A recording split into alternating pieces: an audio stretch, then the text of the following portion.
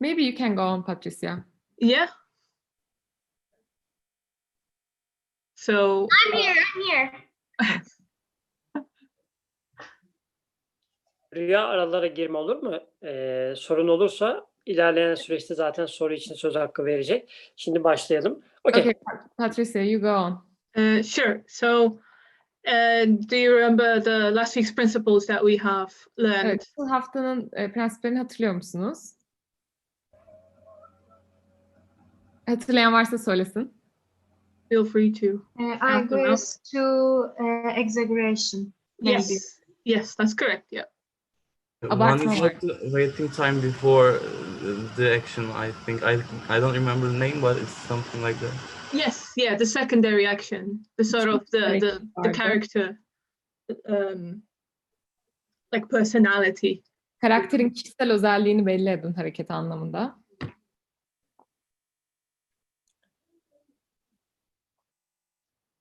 Başka?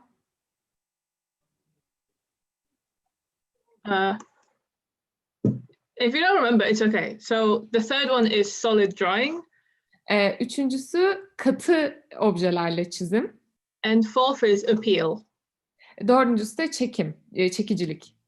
So, yeah, I've put up all the other presentations up on the Google Drive, but let me know if they don't open or anything. Yeah. Bütün notları Google Drive'a koydum. Açamazsanız haber verin. They all work. Okay, great. Okay, so let's get to the walk cycles. They are a bit hard to understand, so don't worry if like the first walk cycles you do are not like amazing. It's all, you know. Biraz zor. O yüzden hani ilk yaptıklarınız çok iyi olmazsa endişe etmeyin. Alışması biraz zaman alacak. Yeah, so don't pressure yourself into like, you know, if it's not working, it's okay. It does take time and it is sometimes difficult, you know. Olmuyorsa okey. Zaman alması çok normal. Kendinizi fazla baskı yapmaya çalışmayın mükemmel olması için. So usually the first drawing you do is the contact position, which is where you have the legs spread out like that. İlk çizdiğiniz pozisyon temas pozisyonu. Bu pozisyonda bacaklar böyle gördüğünüz gibi oldukça açık bir pozisyonda. And usually you'd go to the passing position. So this is the highest position you can have apart from this as the character walks. Buradan passing position'a, üçüncü pozisyona gidiyoruz. Bu bir sonraki pozisyon hariç karakterin en yüksekte olacağı nokta. Yeah, so and then you finish on contact position, which is again the legs spread out with the other leg. Ve yine temas pozisyonunda hareket sona eriyor. Orada da bacaklar yine açık ama bu sefer diğer bacak önde. Yeah, so usually that's how you'd start to set up your walk cycle. You go with the contact first, and then you do your passing position. Şöyle, yürüyüş döngülerini genelde bu şekilde yaparsınız. İlk önce temas pozisyonuyla başlarsınız. İlk pozisyon, sonra passing position'ı yaparsınız. Üçüncü, sonra da altıncı pozisyon olan temas pozisyonu tekrar yaparsınız. Bu şekilde başlangıç yapıyoruz. So yeah, so as you see, the character goes down, and that's where the foot is fully on the ground. Gördüğünüz gibi karakter aşağı doğru iniyor birden ikiye geçerken ve ayak tamamen yerde. And yeah, and the arms are spread out. Kollar biraz açılmış. Yeah, and then they go to the contact position. Passing position? Oh yeah, passing position, sorry. Tamam, sonra üçüncü pozisyona, passing pozisyonuna geçiyor. Yeah, and then it goes to the up, which is where they're lifting off on the toes. 3'ten 4'e geçerken yukarı doğru kalkıyor ve ayak parmakları üzerinde yükseliyor. Dördüncü pozisyonda görebilirsiniz. Usually with walk cycles, as you see, when say like the right leg is back, the right arm is forward. So it's always the opposite. Döngüsü yaparken mesela sağ ayak arkadaysa sağ kol genelde öndedir. Yeah. So here is timing for walk cycles. Zamanlaması var şimdi yürüyüş döngüleri için. Usually it's easier to do them on 16 frames or on 8. Okay, 16 ya da 8'lik frame'lerde yapmak daha kolay.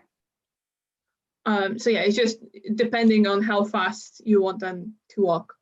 Ne But you kadar can set them up istediğinize for, bağlı. Sorry, what did for the 16 frames. And you can see how it's been divided for the in-betweens from contact to down, passing position, up and to contact again. 16'lıkta şeyi görebilirsiniz nasıl dağıldığını pozların işte her pozisyon 4 ritim ya da 4 sahne, 4 frame boyunca tutulmuş burada. 4 pozisyon boyunca gidiyor. And it's the same with when it's on 8, it's just you have 2 less drawings to do, so the walk will be faster. 8'likte de aynı şey ama 2 tane daha az drawing yapıyorsunuz, çizim yapıyorsunuz. O yüzden daha hızlı yürüyor.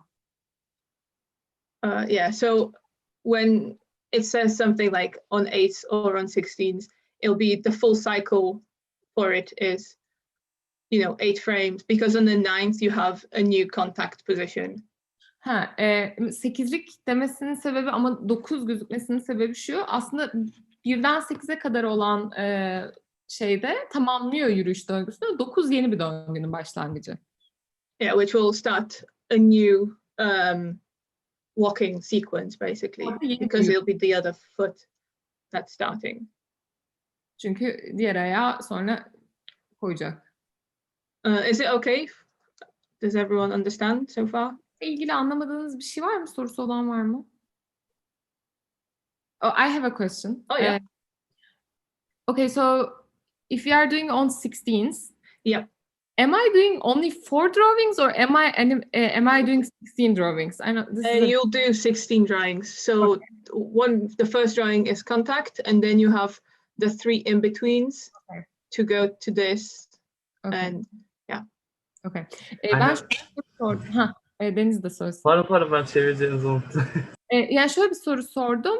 Mesela bu 16'lık dediğimizde 4 tane çizim yapıp sonra onları 4'er saniye boyunca bırakıyor muyuz? Yoksa 16 tane çiziyor muyuz hakikaten diye? Evet 16 tane çiziyoruz hakikaten diye cevap verdi. 1, 5, 9, 13 ve 17'dekiler ana pozisyonlar. Aralarına in between pozisyonları da çiziyoruz. Diğerinde tabii daha az oluyor, çizim oluyor. O yüzden de daha hızlı bir yürüyüş oluyormuş. Yeah, so if you want, you can animate on 8 because it'll be faster. If you don't have time.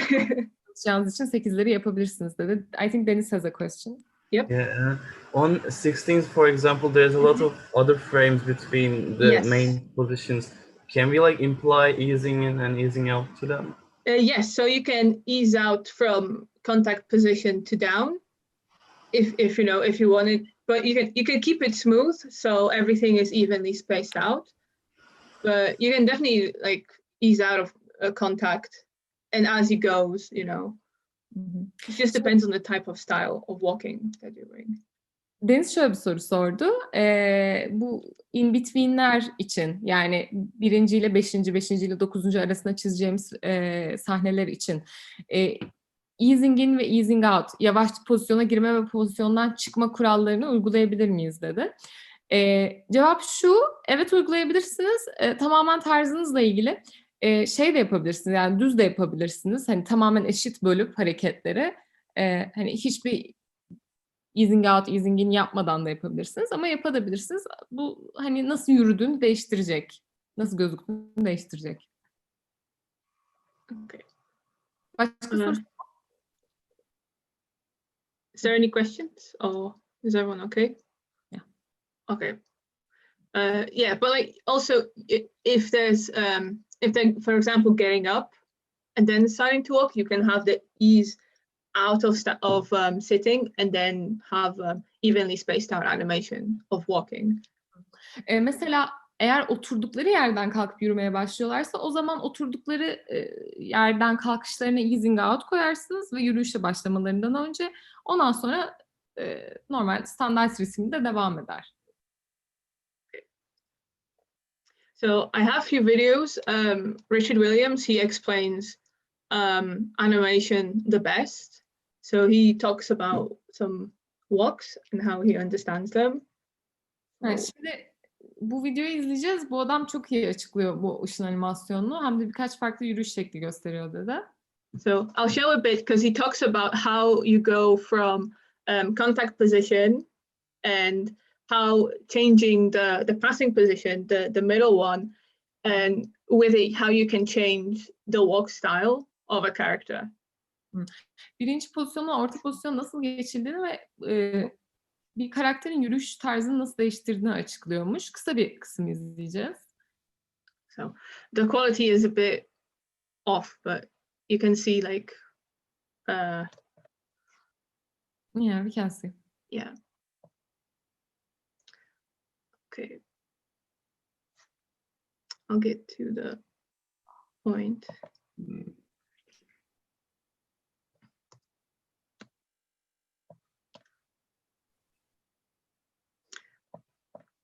Okay. So as you see, he talks about the contact position, which is like how you start. Şu an giriş pozisyonda, temas pozisyonda, birinci pozisyonda.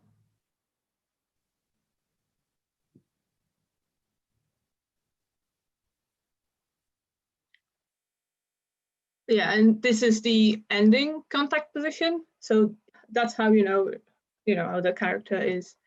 You have your end and your beginning and end basically. Bu da son pozisyon. Yani yine temas pozisyonu ama çıkış hali bu. Döngünün son hali. Şimdi başlangıcı ve sonu gördük. Başlangıç ve son hareketleri. Okay.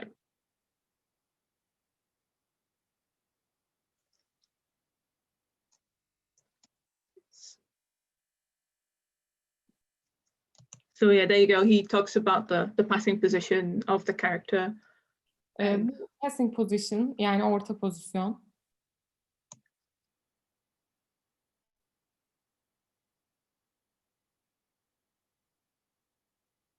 Patricia, we are not hearing anything. That's okay, right? Really? Oh, were we supposed to hear anything? No, we're not. Oh no, that's okay. So I'll explain it, but like if you want to watch it, like afterwards. So he talks about with passing position, you're up, your pelvis is up as well, and then if you want to change, you can keep the pelvis down, or let me see.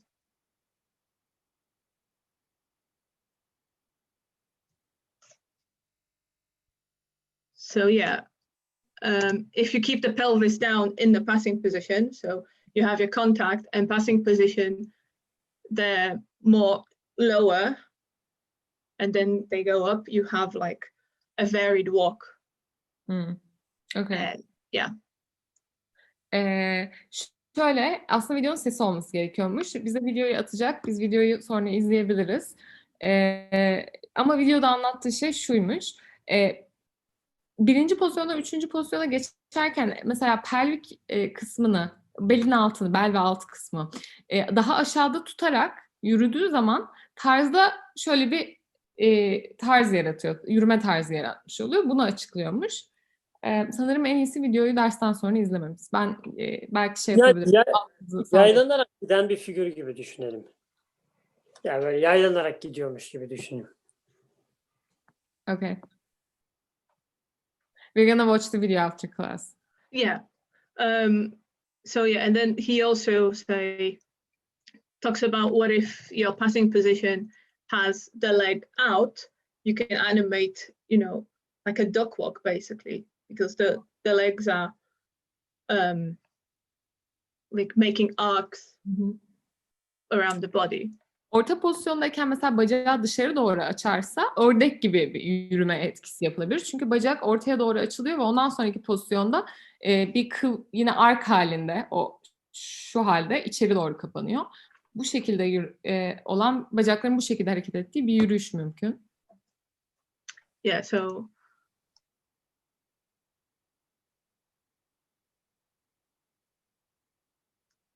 yeah. I think like from watching this, like the passing position is what gives what can set the character's emotion as well. So if you're not sure, it will like give you an idea of like a base on how to do the in-betweens. Okay. With it. Karaktere pozisyonun duygusunu veren, yani karaktere duyguyu veren pozisyon 3. pozisyon, passing position. O yüzden ilk önce onu yapıp ondan sonra orada yarattığınız duyguya göre in-between'leri yapmak faydalı olur. So I have another animation. I don't know if it's gonna show up. But yeah, this too is a really good example. That's what they showed us to in a university.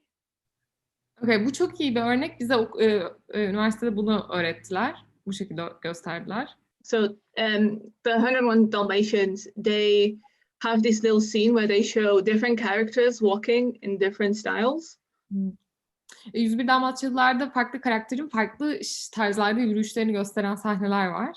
Yeah, so you can see how varied a walk cycle can be. O yüzden yürüyüş döngülerinin ne kadar çeşitli olduğunu görebilirsiniz.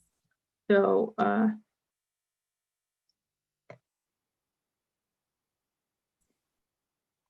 you can see like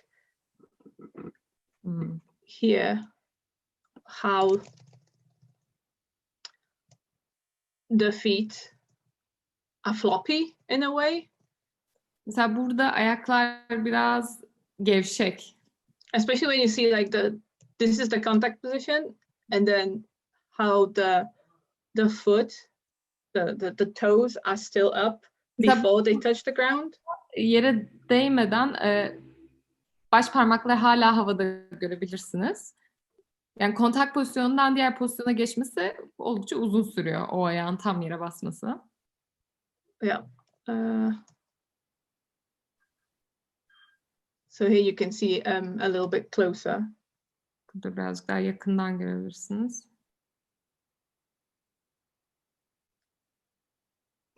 And then here is another different walk cycle. Burada başka bir yürüme şekli var. So you see, like, because the character wears heels, you don't really see the foot position changing. It's all very like on tippy toes. Burada karakter topuklu ayakkabı giydiği için ayak pozisyonu değiştiğini görmüyoruz. Sanki parmak ucunda yürüyormuş gibi bir efekt var. And as well, you can see the hips are swinging a lot more. Kalça oldukça çok sallanıyor. Okay. Yep. Here is another one. For example, again, you see small changes in the like ankle area, but again, you don't see the foot. Burada yine ayakta touching. çok farklı efektler var. Yani mesela bilek. And yeah, again, you can see how he's moving.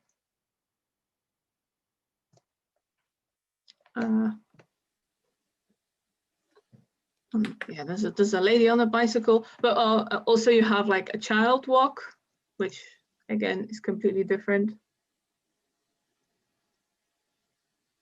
I'm really sorry, did Öykü left or hocam Öykü gitti mi?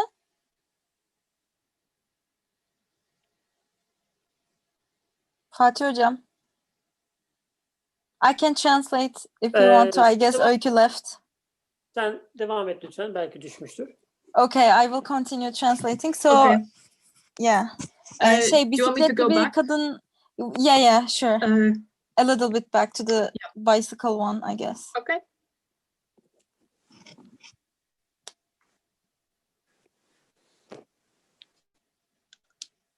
So yeah, you have a child walk, for example. So you can see that.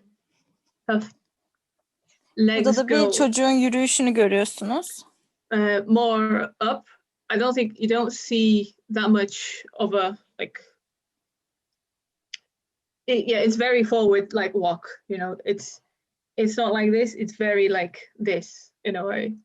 Bu bir çocuk olduğu için bacak hareketlerinin öne doğru olduğunu görüyoruz.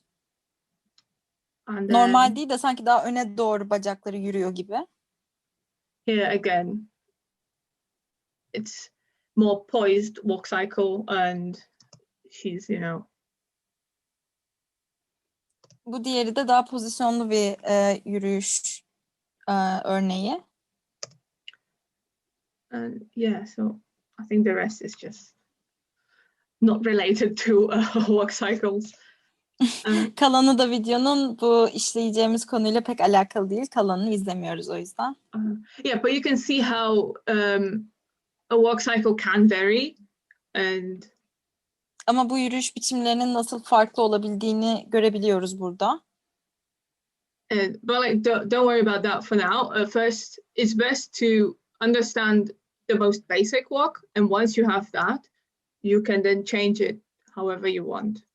Ama bu değişik yürüme stilleriyle alakalı çok endişelenmenize gerek yok. İlk önce en basit yürüyüş şeklini öğreneceğiz. Ondan sonra kendimiz bunu stilize edebiliriz. Okay. So I'll touch up on run cycles as well, because it's the same family, I guess, because it's just a faster walk cycle. Yürüyüşten sonra da koşu çizimlerini yapacağız ve bu da yürümekle aslında alakalı, sadece daha hızlı bir versiyonu gibi düşünebiliriz. So yeah, once we do that, we can go to animating, and then we can do a walk cycle together. And I can show you how to maybe divide the animation, so you're not overwhelmed like where the arms are going and everything. First, like focus on the legs and the body, animate that first, and then animate the arms. Bunlarla alakalı biraz daha konuştuktan sonra sizinle beraber bir yürüyüş şeyi yapabiliriz, animasyonu yapabiliriz beraber. Hem bunları da parça parça ayırarak ben size gösterebilirim. Kollar, vücut nasıl gidiyor. Böylece çok fazla kafamız karışmadan anlayabiliriz. How does that sound? Is it okay? Or is there anything you want me to go over again? Tekrar anlatmasını istediğiniz bir yer varsa söyleyin. Herkese uyar mı sonradan bu hani animasyon programlarımızda bunun animasyonunu çizmek? Herkese uyuyor değil mi? Şimdi bir sorunuz varsa onu da sorabilirsiniz. I even tried one, Patricia, teacher exam. Okay. Can I show it? Yeah, of course. I add something, but it's like turning another way and then walk. But Okay.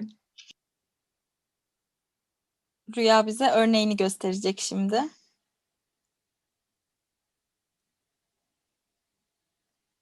I think you need to hold it closer to the camera.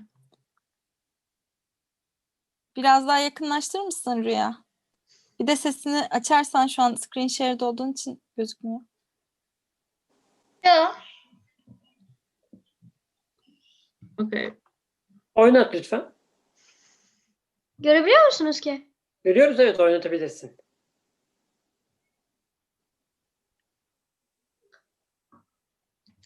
Teşekkür ederim.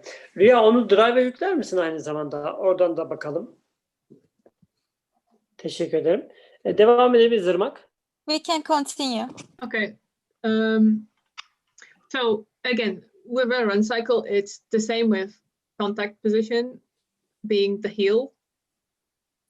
İlk pozisyonumuz yürüyüşteki gibi topun yere değdiği pozisyon, kontak pozisyonumuz. And again, the arm going in the opposite direction as the leg on the side. Kol bacağın tersi yönünde hareket ediyor. And then instead of the other leg, instead of being here, it's up in the air. Ve de arkadaki bacak havada, yerde değil. And then, yeah, so this is your contact, and the other contact is the same, but the other leg being on the ground, touching the heel touching. Sondaki kontak pozisyonumuz da aynı. Sadece bu sefer öndeki bacak değil, arkadaki bacak aşağı doğru yani yere değiyor. Tam tersi yani ilk pozisyonun. And yeah, and the passing position is the moment before you start bouncing. You know, before the burst of energy pushes you forward. Bu ortadaki passing pozisyonumuzda da bu öndeki bacak hafif bir zıplama hareketi gibi bir şey yapıyor. Bu da sizin hani enerjinizi alıp öne doğru koşacağınızı da belirtiyor aslında bir sonraki karede. Bunu çiziyoruz passing position'da. Yeah. So then the in-betweens will go, with the contact you go down as you fully plant the foot. Aradaki pozisyonlarda ilk olarak kontak pozisyonundan sonra karakter aşağı doğru birazcık böyle küçülmüş olacak. Çünkü topuk yere değiyor, ayak da tam olarak yere değiyor. And then, you know, you keep the next, it's like an in-between basically, in between the down and the passing position. You have... Sonraki, oops, sorry. No, it's okay. No, please continue, then I will translate. Yeah, so yeah, between the down and passing position, you have an in-between with the other foot starting to move forward, but still being down. Karakter hala biraz daha aşağıda duruyor ilk pozisyona göre. Bu pozisyonda ikinci pozisyonla passing position arasındaki çizdiğimiz şey. Ve de bu iki pozisyon arasında bir geçiş yapıyor aslında bize. Yani yine basitçe aynı şeyi çiziyoruz ama bu passing position'da çizdiğimiz şeye daha yakın bir şey çizmeye çalışıyoruz. Geçiş resmi olduğu için. And then, yeah, the fifth frame will be the highest as well, as you can see. So that's where you're on the toes, pushing yourself up and propelling yourself forward. Bu 5. kare karakterin en yukarıda olduğu kare olacak. Çünkü gördüğünüz gibi bacak aşağıda ve de bu parmaklardan güç alarak hani parmak ucunda duruyor. O yüzden karakter daha üstte duruyor. Sanki öteki karede kendini ileri atıyormuş gibi olduğu için. And yeah, and the sixth frame is where the character is in the air and they're preparing their leg for the contact position. Karakter 6. karede havada hiçbir yerle teması yok. Çünkü 7. karede yere ayağı değeceği için o şekilde bir geçiş yapılıyor. You can animate the run cycle, but putting the down position on the third frame, for example. Şöyle de bir geçiş yapabilirsiniz. 3. karede karakter daha aşağıda durabilir. So the way the character goes, it will have more energy on the passing position because he goes from down straight to up. 3. karede daha aşağıda olduğu için 4. karede yani passing position'da daha enerjik gösterebilirsiniz karakterinizi. And it keeps propelling the character to move forward. Ve de bu gösterdiğiniz enerji yani karelerin kalanında da karakterinize enerji vermeye devam edecek. Yani o akışı sağlamış olacağız. Yeah, so usually you'd animate the run on 6 frames per second. Bunu 6 karede yapıyoruz. So like before the contact position changes, you have 6 drawings to the Yani next. kontak noktası değişmeden çizdiğiniz 6 tane kare var. 7. karede kontak noktası değişiyor. Also, as a side note, do use the drawings to help you with running or walk cycles because it's really helpful to have a guide, especially at the beginning. Bunları çizerken resimlerden yararlanabilirsiniz. Bu çizimlerden yararlanmak çok yararlı olacaktır sizin için. Özellikle de başlarda bunları çizmeye alışırken. because I used to do that, and it helped a lot to just it guides you how a walk cycle or a run cycle works basically. Ben de bu şekilde yapmıştım ilk başlarda ve de sizi bu yürüyüşlere ve koşu yani cycle'larına bayağı alıştırıyor. Kendi de bu şekilde uygulamış ve yapmış. Okay. So you can also have a cartoon run cycle, and which is more extreme basically. Bir çizgi film koşu sahnesi de çizebilirsiniz ve bu daha abartılı olur. So as you can see, you have the contact position. It's very similar to the normal run cycle style. Bir öncekinde gördüğümüz gibi yine ilk kontak pozisyonumuz var ve bir öncekiyle çok benzeşiyor. But as the character goes down, his arms go really wide. Ama karakter aşağı doğru ikinci pozisyonda giderken kolların birbirinden bayağı bir ayrıldığını görüyoruz. And the passing position almost looks like a contact, but it's not. It's a very high propel, push off the ground. Bu aradaki passing pozisyonunda da aslında sanki yani kontak pozisyonu gibi gözüküyor. Ama aslında değil, yerden güç alıyor yine karakter. And then the fifth frame, you can see the character's legs are, very extremely exaggerated in the air. And 5. karede karakterin bacaklarının çok abartıldığını, çok birbirinden ayrık olduğunu görebilirsiniz. And as it goes in betweens and goes to the contact position. Ve de bu şekilde 7. kareye yani öteki kontak pozisyonuna doğru hareket ediyor. Okay, here is some other examples. Again, you can have really extreme positions to animate. Here's a jogging example. Bunlar da bazı örnekler ve de bunlar da bayağı bir abartılı örnekler aslında çizim için. Bu bir sanırım tempolu koşu örneği. So as you can see, the contact has been moved. It's on the Kontak fifth frame. noktasının yer değiştirdiğini görüyorsunuz. 5. karede kontak noktası. So even if you look from the fifth frame onwards, you can see the cycle of how the character is moving. 5. kareden itibaren baksanız bile karakterin nasıl hareket ettiğini sonraki karelerde de görebiliyorsunuz. Yeah. I make a running thing. You have? Yes, Okay. it's like this. Oh my gosh, he is running really fast. I was like, oh no, I'm late to work. My boss gonna rough me out. No, don't get left out. Also, here are some other examples. Okay.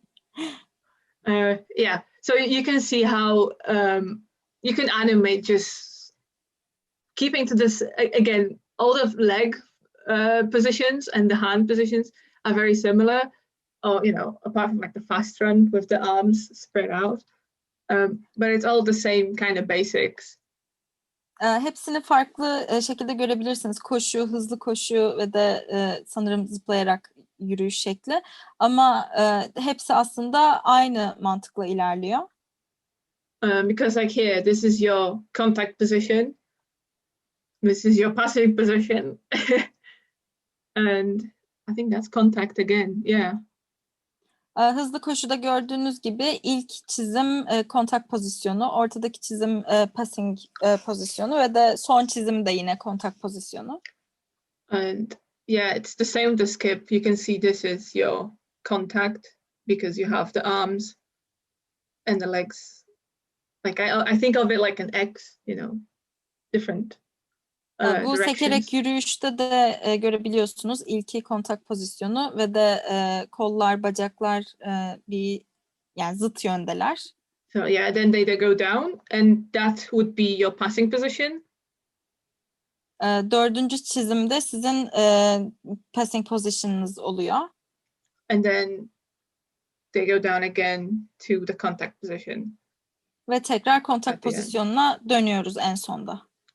So it's as long as you understand how like the legs work and how far the body will be, you know the basics, because the arms can do anything. They don't have to just move up and down. Bacakların nasıl hareket ettiğini ve de karakterin boyunu ayarladığınız sürece kollar çok önemli değil. Çünkü kollar yani sonradan zaten yapılır, o belirlenebilir bir şey. Ama en basit yöntemi, en basit versiyonuyla ayakların ve de vücudun, karakterin başının nereye gittiğini anlamak en önemlisi. Bunu anladıktan sonra da gerisi geliyor zaten. So that's the end of presentation. Let's get to animating, right? That's what we're here for.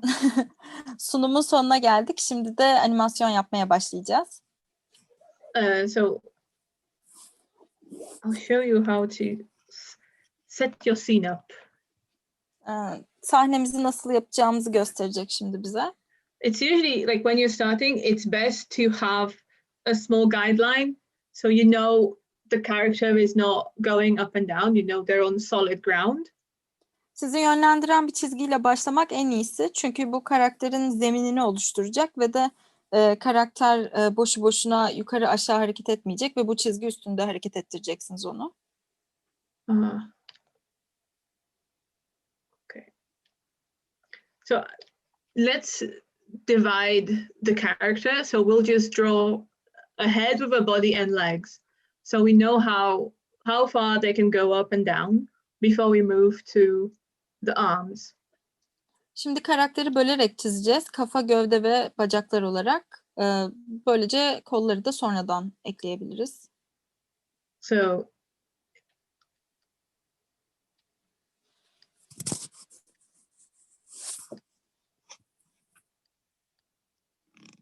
we have contact position. Önce kontak pozisyonunu çiziyoruz. Patricia, teacher, after Yes. showing the walking animations thingies, can you show the jumping? Jumping. Yeah, of course. Jumping picture again. Yeah, Thank you. no worries. Bunu yaptıktan sonra zıplamayla olan kısmı gösterir misiniz dedi Rüya. Hoca Yeah. da evet gösteririm dedi. Definitely ask me if there's anything you want to go over. Like that's, I'm happy to do that.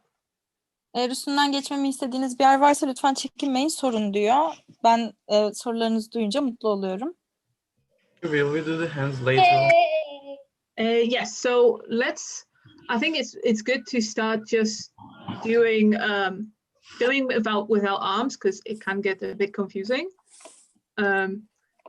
That's how I would always start, just keeping just sometimes all the body bits separate. But I think for a walk, very simple one, you can keep just the whole body, but arms without the arms, basically.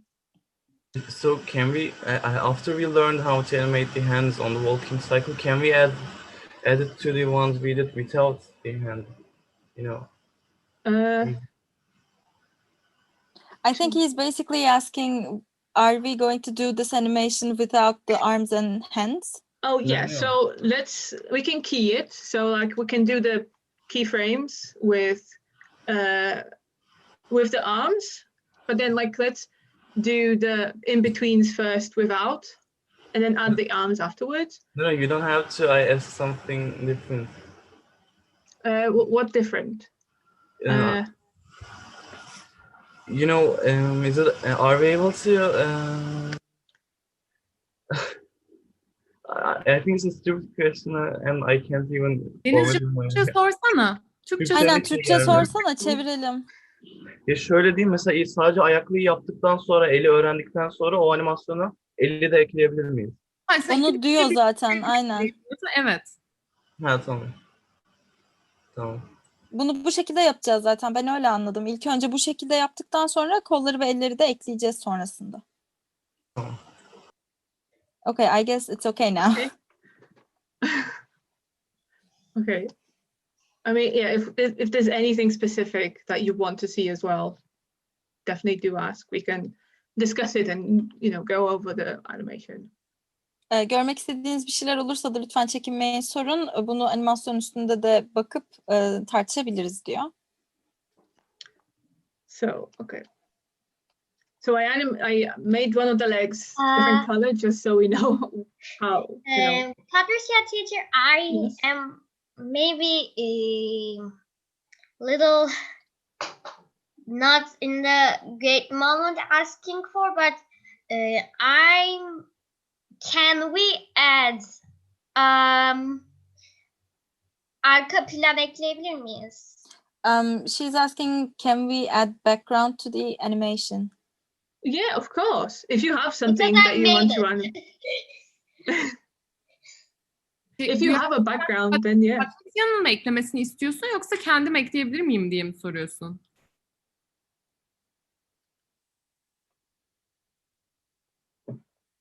Ah, I guess she asked, like, can I do it when I'm practicing, kind of yeah, thing? of Like, course. not for us to do, I guess. Yeah, if it's working. So Rüya, arka plan ekleyebilir miyiz çizimlerimize demişti. Anladım.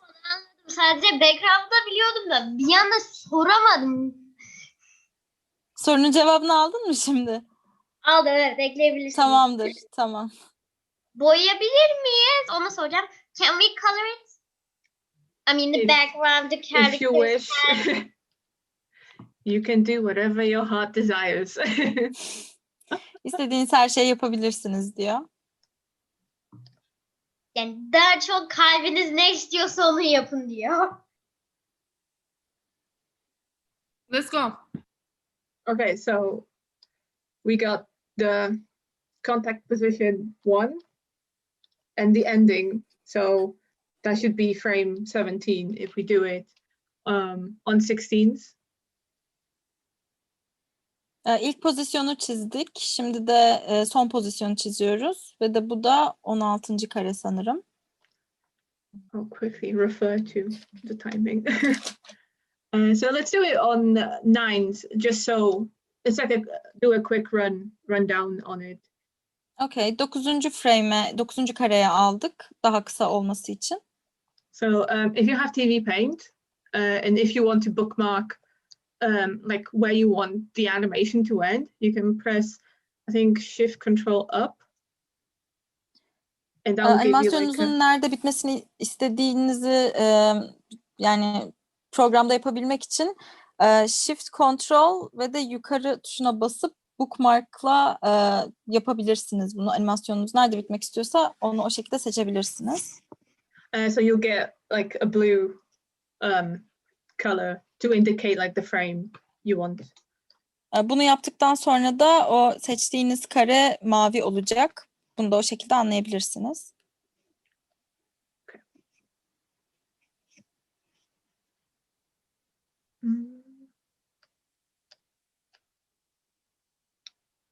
Okay, so we'll have to have the oh gosh, the passing position. So that's when this foot is down and the main character is near the highest point. Şimdi passing pozisyonu, yani geçiş pozisyonunu yapıyoruz. And as you can see, the blue leg is going over, so the blue leg will be like this. Mavi bacağın son karede önde olduğunu görüyoruz. O yüzden de geçiş pozisyonunda da öne doğru gidiyor o bacak. So as you can see, like he goes down and moves forward. So Öne gidiyor ayak ve de karakter de bu şekilde öne gitmiş oluyor burada.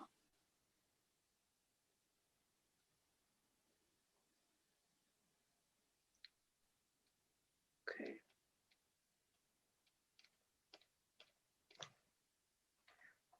And I'm just checking the timing with the other chart because I think that one is everything is done on once. So Zamanlamaya baktığını söyledi hoca. yep. So we'll have the second frame. He'll be down because his foot has just landed. Bu öteki karede biraz aşağıda olacak çünkü aradaki kareyi çiziyoruz ve de karakterin biraz aşağıda durması lazım ayağın yere tam bastığı için. And the blue foot is rising up. Ve de mavi ayak artık havaya kalkmaya başladı. Bu arada uygulama araçlarını da bir yandan gözünüzde takip ederseniz neyi nerede kullandığına en azından aşina olursunuz.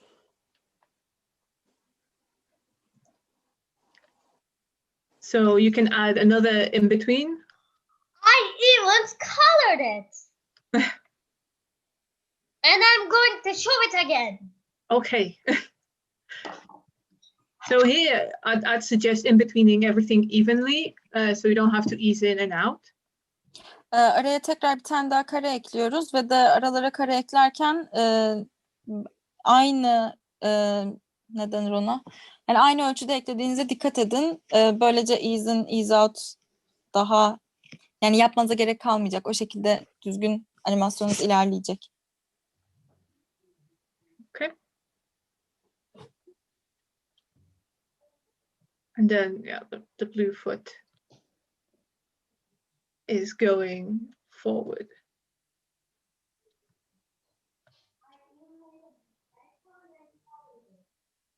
Mavi ayak biraz daha öne yaklaşıyor. Son çizdiğimizde. So you can see he goes down and then rises up to the passing position. Burada görüyorsunuz biraz aşağı doğru kayıp sonra yukarı doğru passing position'da duruyor. And then his red foot is still planted down.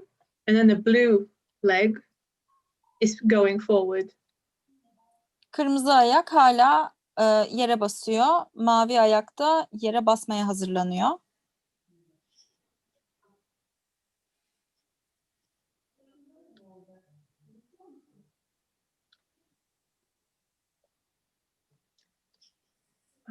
So we'll add another in between, and then that will be a cycle just for one leg movement. So you'd have to repeat it to get the other one to then be able to reuse them. Şimdi araya bir tane daha kare ekliyoruz ve böylece bir ayak için yürüyüş bitmiş olacak. Eğer bunu devam ettirmek istiyorsak öteki ayak için o zaman onları da aynı şekilde bu kareler gibi çizmemiz gerekiyor ki loop'a aldığımızda düzgün bir yürüyüş olabilsin. So you can always, when the foot is coming down, you can keep it kind of sharp, like here. So he's going to plant it. Ayak kısmını biraz daha keskin hatlı yapabilirsiniz burada çünkü tam olarak ayağını yere koyacak diyor. Like I think that's especially effective for when you're doing a run cycle because of like the energy. Like you can feel the foot going down on the ground to propel the character. Bunu koşu animasyonlarında da yapabilirsiniz. Hatta orada daha da enerjiyi gösterir, daha enerjik gösterir karakteri. So here is, so he's just done one step. Bu in bir the adım 12 oldu frames. şimdi. So 12 karede bir tane adım yaptık şu an. So yeah, walks are very time consuming. Böyle yürüyüşleri çizmek çok fazla vakit alır. So he's doing a step. So let's look at his arms. Şimdi de kollarına bakalım. So I'll make them.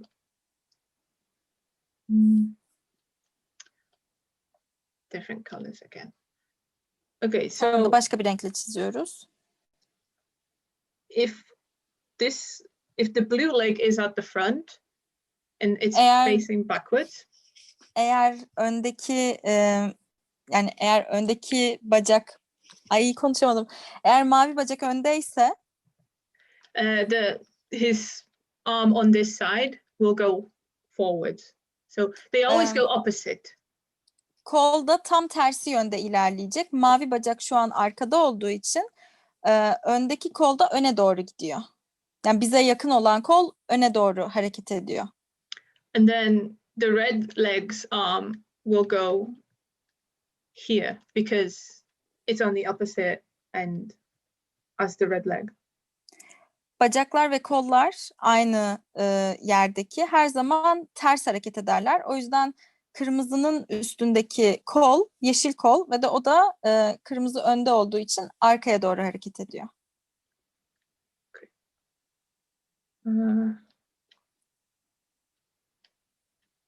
Okay, so yeah, and in the passing position, which is here,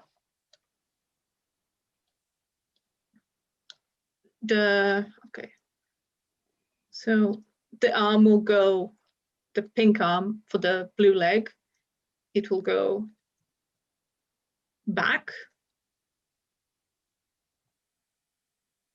Bu pembe kol arkaya doğru hareket edecek. So yeah, in the passing positions, the arms are more or less in the same position, like because they are missing each other. So this is the point where they're very close to looking very similar. Yürüme anında tam geçiş noktası olduğu için bu passing position'daki çizim. O yüzden kollar ve bacaklar birbirlerine çok yakın duracaklar. Ama hala ters yönde hareket ediyorlar. Bunu da unutmamak lazım.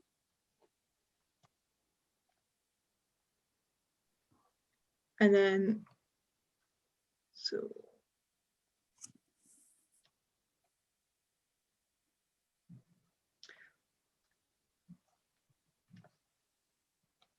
Okay. I'm just making sure I'm doing the arms right. So yeah, in the contact position again, this side, the blue leg, the pink arm will be on the opposite end. Yine aynısını yapıyoruz. Bacağın gittiği yönün ters yönüne kolu çiziyoruz. And the green arm will be forward as the red leg is backwards.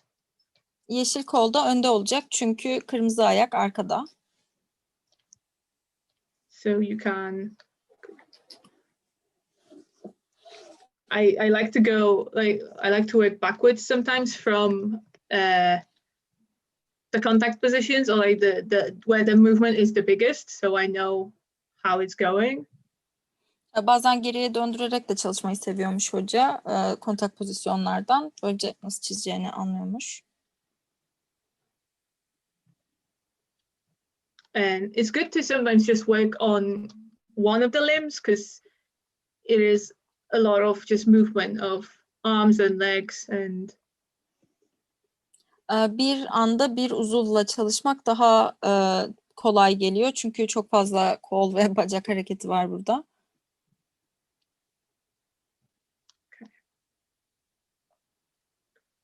so.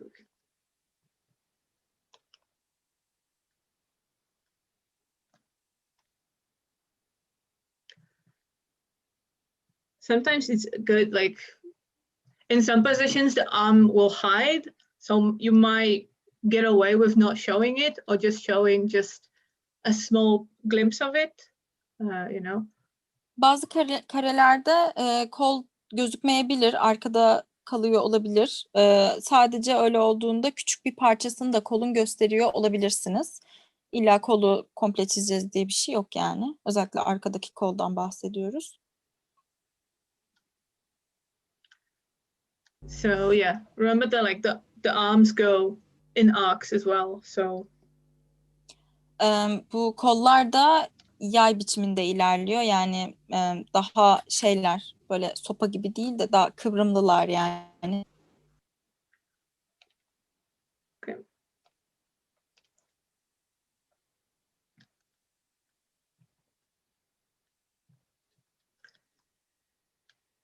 And yeah, when you're doing a run or a walk, you can be mindful of hands. So as you go, it goes down, you can position the arm going down like this. So you know, it's not just straight. You can actually give it drag because that's the follow through. Bu yürüyüşlerde veya koşu animasyonlarında ellere de önem gösterebilirsiniz. Çünkü eller yani kol nereye hareket ederse etsin düz durmuyorlar. Onlar da bilekten bükülebilirler. O yüzden ellerin de pozisyonunu bu animasyonlarda farklı şekilde çizerek gösterebiliyoruz. And also it's when the hand is at the back, it can, again, as it goes down, it can flick up as it's passing downwards. Aşağı doğru inerken de mesela el yön değiştirebilir ve de bu demin gösterdiği gibi el böyle şu hareketi de yapabilir. Unless it's fist, if someone is running and they have fists, then you don't need to because it's very like a compact you know, body language, so you don't have to have the wrist flailing about. Tabii mesela koşu yaparken bazen eller yumruk şeklinde de olabilir. Yumruk şeklinde çizerseniz elleri o zaman bu bilek hareketlerini yapmanıza da gerek kalmaz. Çünkü yumruk zaten başlı başına katı bir hareket. Yani katı bir duruş eller için. O yüzden bilek hareketi yapmanıza zaten gerek kalmaz eğer yumruk şeklinde yapıyorsanız elleri. Yeah, so if I switch off. So if you look at this, oh, see, even I made a mistake. Yerde So yeah, hata varmış. so yeah, if you look at the pink arm, it's not it's stuck in one position. So it Pembe doesn't go kol down. pembe kol bir pozisyonda kalmış. O yüzden aşağı pek inmiyor. So, you know, it's okay. We just gotta, you know, work backwards sometimes. Bu olabilecek bir hata. O yüzden tekrar üstünde çalışacağız.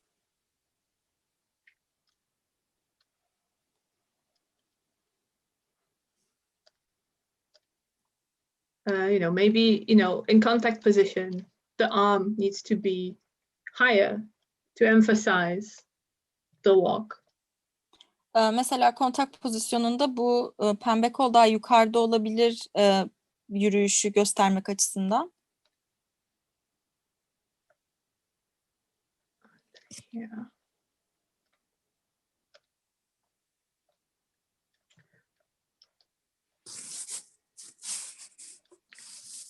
See, this is why I encourage to look up, you know, the references as well of just someone doing a walk cycle, or, you know, just so you know how it's supposed to, you know, go down in case you're not sure. Bu yüzden de birazcık size söylemiştim referanslara bakın yürüyüş döngüleri çizerken diye neyin nereye gideceğini görmeniz açısından.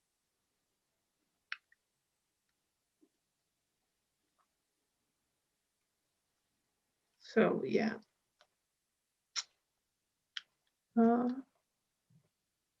So yeah, here, like if the green arm is going down, you can slightly tilt it as it's, you know, going to get that follow through. Bu yeşil kol aşağı inerken bilekteki hareketin değişimini de görebilirsiniz. Bu da hareketi belirtiyor.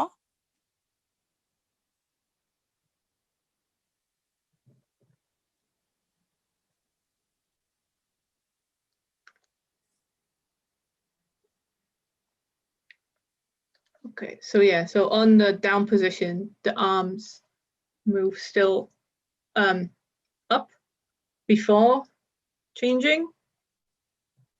Can you repeat it, please? Yeah, so when in the contact you have them, on the opposite end as the limbs, but when the character goes down, they go up, and they push that. How should I say it? Yani karakter aşağı inerken kolları birazcık daha yukarı kalkıyor. Bunu göstermeye çalışıyor şimdi.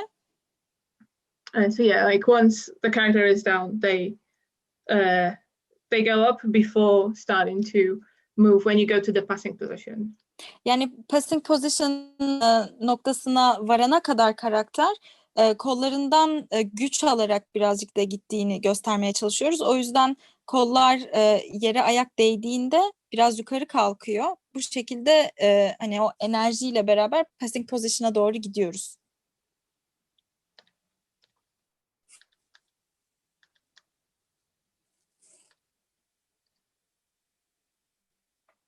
So this looks better, yeah. So that's a walk cycle, and then you apply the same thing to the other leg. It's just the opposite, so this is Şimdi your bu bir contact. yürüme döngüsü oldu ve de bunu bir bacak için yaptık. İkinci bacak için de yaparsanız bu şekilde bir yine yürüme döngüsü olacak. And your passing position, it will just have, if the blue leg is leading, that's the leg he's gonna be standing on. Şimdi ikinci ayakla olan kısma başladık gibi oldu ve de diğer ayağın yere değişik kadar çizeceğiz sanırım. Yeah, and then the red leg is gonna follow. Mavi ayağı referans noktası olarak alarak yapıyoruz. O yüzden şimdi mavi ayak düz duruyor. Kırmızı da onu takip edecek. Is that okay? Does it make sense? Or Herkes anladı mı? Buraya kadar sorusu olan varsa how is everyone feeling? sorabilir. Herkes anladı mı? I think yes. I think Everybody everyone is really understood. invested in a walk. Probably. Yeah. Okay, so do you want me to go over a run cycle as well, or do you want me to do the jump animation we did really quickly? Bu koşu animasyonuna mı geçelim yoksa bu zıplamalı olanı mı göstereyim diyor. Yani daha doğrusu zıplamayı mı göstereyim dedi şu an. Planında ne varsa onunla devam etsin. I think it's okay, whatever you want, Patricia. Okay. So let's do a run cycle. So at least we'll have this lesson like rounded off, and then whatever time we have left, I can do the jump or anything else you want me to go over. I'm happy to do that. So we will go with the run cycle now. Yes. So it's the same application. It's just, you'll have to, if you want, I can finish the complete walk cycle. So you have both legs. Arkadaşlar şimdi aslında koşuya geçeceğiz ama bu bacağı da bitirmemizi isterseniz bu yürüyüş döngüsünde onu da yapabilir. Yani ya koşuya da başlayacağız şimdi ya da bu ayağı devam ettirip bitireceğiz. Hangisini istersiniz?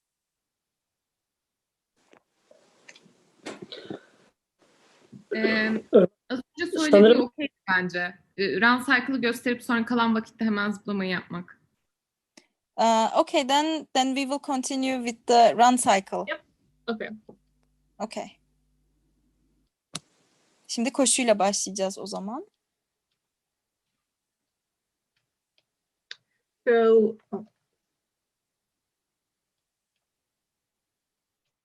a run cycle, again, it's good to have a line to help you make sure the character is grounded and, you know, you're not going again up and down. Yine bu zemin çizgisini belirliyoruz şu an. Bir öncekindeki gibi. Yani karakterin nerede durduğunu, nasıl gittiğini anlayabilmemiz için. Okay, so if we look at reference, okay, yes. You start with, again, contact position. Yine kontak pozisyonuyla başlıyoruz. And you have the ankle touching the ground. Topuk yere değiyor. And then the other leg is behind. Diğer ayak da arkada. Diğer bacak daha doğrusu.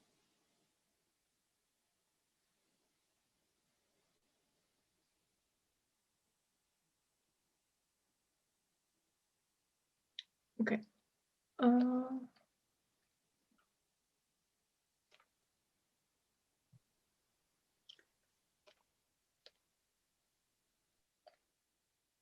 So then you do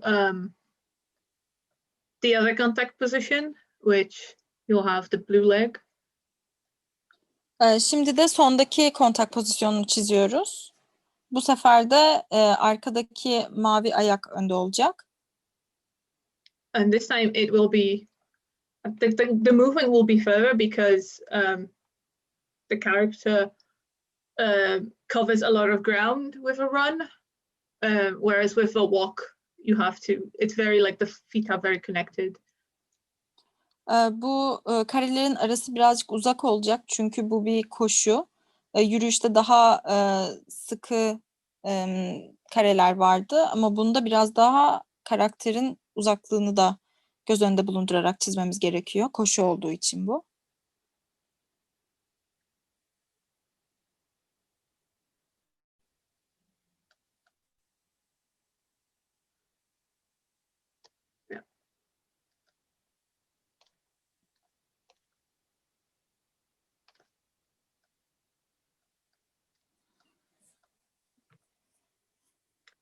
Okay, so for passing position,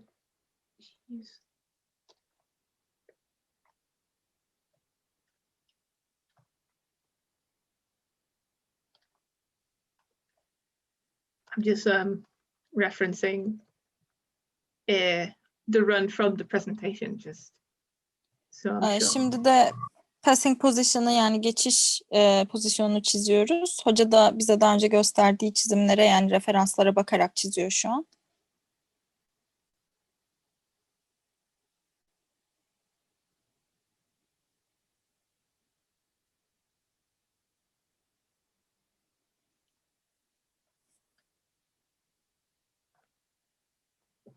Okay, so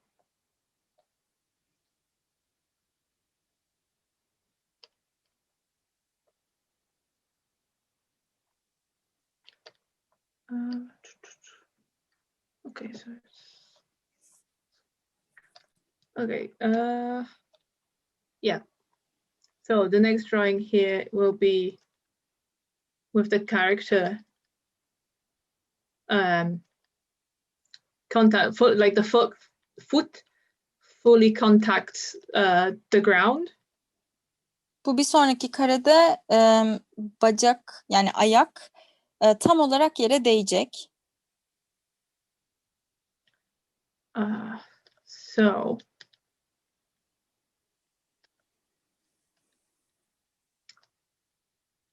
as he goes down, the other foot is still trailing behind, so it's still mid-air. Karakter aşağı doğru gitti ve de bu arkadaki mavi ayakta hala havada. Diğer ayağı takip edecek.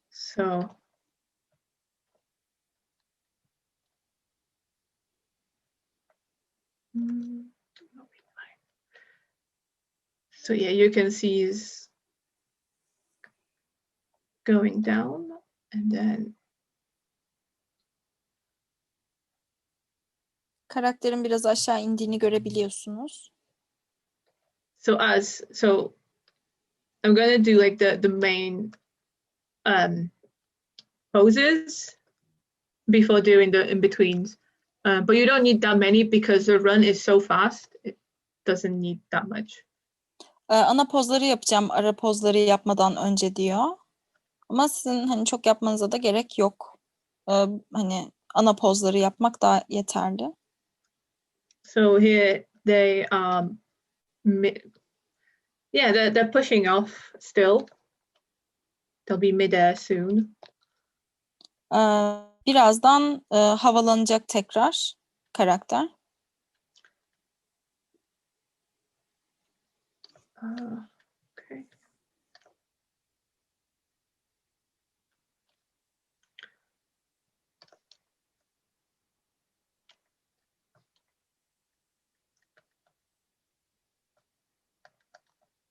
So then the blue foot is gonna come forward. That's what's gonna propel and like lead the body as it's going. Mavi bacak şimdi öne doğru çıkmaya başladı ve de bu bacak vücudu öne doğru götürecek olan şey.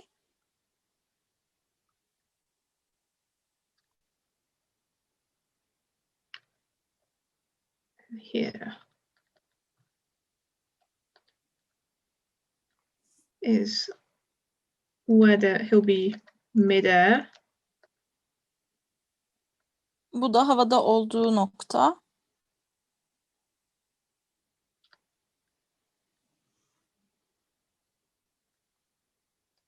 So the blue foot is leading again. Mavi ayak yine vücuda yön veriyor. And because he pushed himself up the red leg is no longer making contact with the ground. He's in that mid-air position. Kendini bir önceki karede güç alarak öne doğru gittiği için bu şekilde oluyor pozisyon. So let me just fix this.